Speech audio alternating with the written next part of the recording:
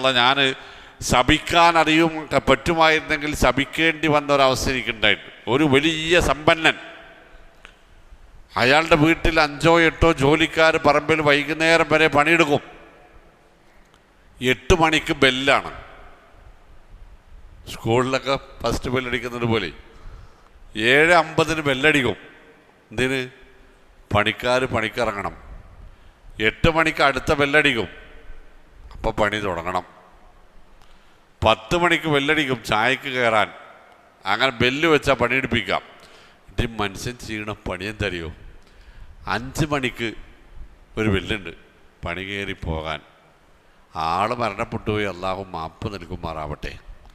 5 നേരവും തഹജ്ജുദും അടക്കം നമസ്കരിക്കുന്നൊരു മനുഷ്യൻ 5 മണിക്ക് പണി കയറി പോകുന്ന ആളുകളോട് ആ വാഴ ഒന്നിന് പറിച്ച് വെച്ചാൽ, ആ വാഴ കൂട്ടൊന്നിന് പറിച്ചാൽ 5 വടന്ന് വെച്ചാളാണ്.